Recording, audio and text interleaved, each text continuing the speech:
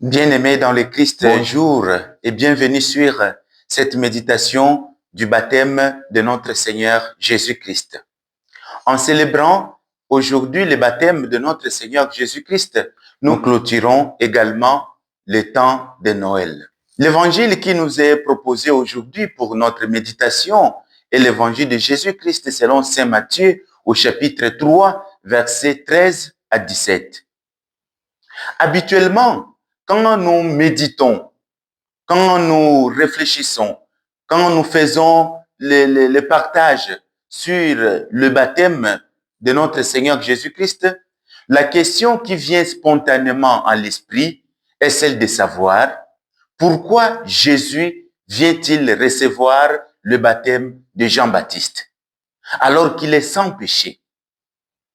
Si le baptême de Jean-Baptiste était pour la repentance, pour la rémission des péchés, pour le pardon des péchés, est-ce que Jésus avait-il vraiment besoin de ce baptême? Puisqu'il est lui-même la source de toute sainteté. Le texte de l'Évangile montre clairement que Jean était opposé. Il s'est opposé, puisque connaissant Jésus, celui dont il a préparé le chemin, le Messie, il dit non, non. C'est moi qui ai besoin d'être baptisé par toi. Et c'est toi qui viens à moi. Alors, Jésus lui répond, mon frère, laisse faire pour le moment. Il faut que nous puissions accomplir les Écritures et toute justice. Alors, je vous donne aujourd'hui quelques raisons pour lesquelles Jésus a demandé le baptême de Jean-Baptiste. Jésus a demandé d'être baptisé par Jean-Baptiste. Raison numéro 1. En se faisant baptiser par Jean, Jésus veut nous dire que le baptême est une étape nécessaire pour le salut de tout être humain. Parce que le baptême de Jésus, c'est un baptême, pas comme celui de Jean, mais c'est un baptême qui nous plonge dans la vie de Dieu, qui nous immerge dans la vie du Seigneur. Donc, ce n'est plus nous, mais c'est l'Esprit de Dieu qui habite en nous, parce que c'est le baptême de Jésus, c'est le baptême du feu et de l'Esprit Saint. Donc, c'est l'Esprit qui habite complètement à un homme, une femme qui a été plongé dans le baptême de Jésus-Christ. Et donc, sans ce baptême, le chemin du royaume n'est pas possible. Alors, Jésus veut nous montrer que non, c'est le passage. Il faut passer par le baptême pour avoir le salut. Alors, quelqu'un me dira, ceux qui n'ont pas le sacrement de baptême, seront-ils sauvés? Oui, ils seront sauvés. Et c'est Dieu seul sait comment repêcher ses enfants perdus. Mais quant aux chrétiens, le baptême leur ouvre automatiquement le chemin, la porte du royaume. Sauf si la personne elle-même refuse ces cadeaux gratuits que Dieu nous donne, qui est le baptême pour le salut de l'humanité. Sauf quelqu'un qui n'a pas pu garder cette sainteté reçue les jours de son baptême. Peut-être celui-là, mais il y a toujours la possibilité de réparation parce que dans l'Église, nous avons toujours le sacrement de la réconciliation pour réparer les péchés. Deuxième raison, en descendant dans les eaux du Jourdain, Jésus ne vient pas laver ses propres péchés parce qu'il est sans péché, mais il s'identifie aux pécheurs, il se met au rang des pécheurs. C'est la solidarité du Christ avec l'humanité. Et c'est cela même le sens de l'incarnation, le sens de la fête de Noël que nous venons de célébrer.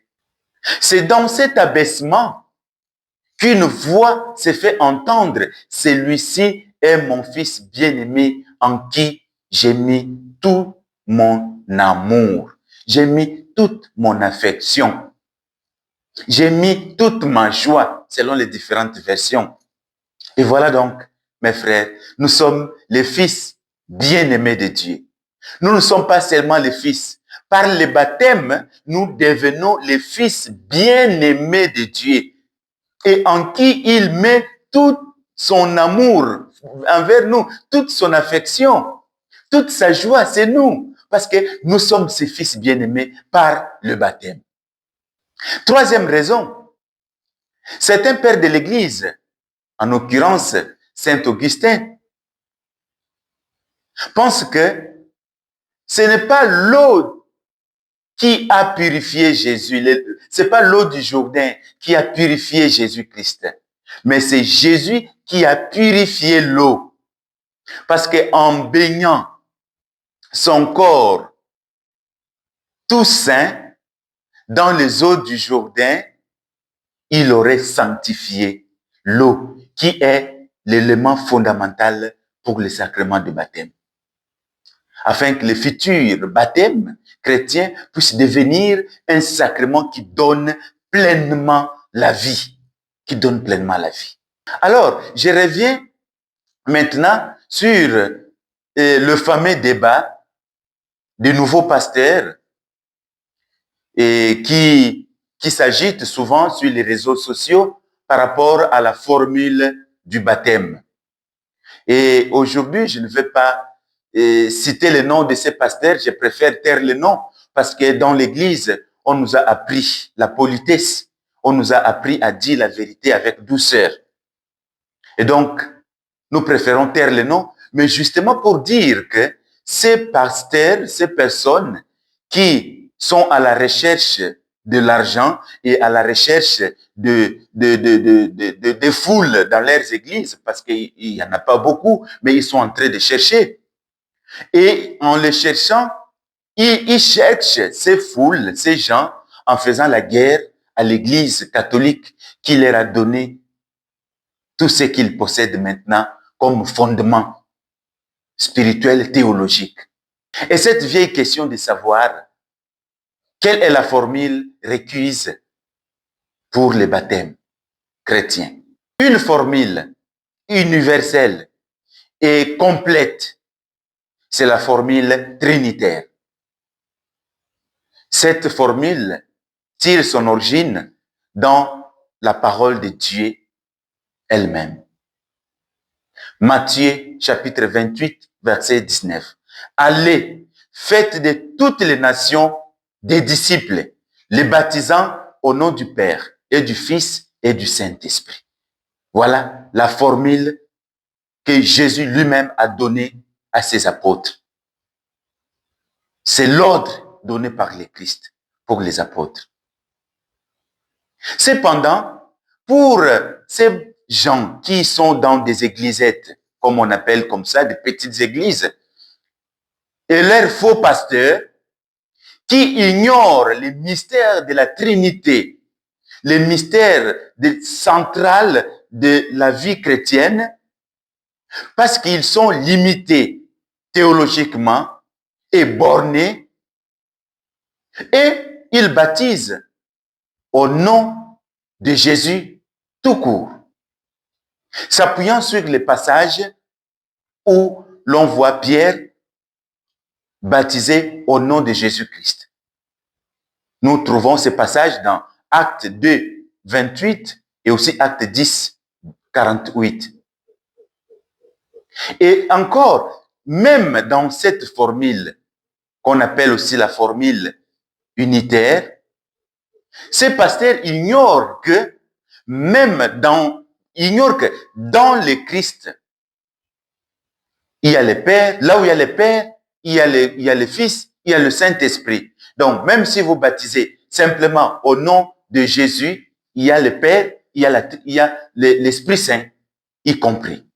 Du coup, vous vous rendez compte que ce débat n'a pas de raison d'exister. Parce que c'est un débat démagogique et intéressé par ces faux pasteurs-là qui veulent juste montrer que ce que l'Église catholique fait, c'est faux et c'est vieux. Et voilà que nous vous apportons une nouvelle doctrine. C'est justement ça.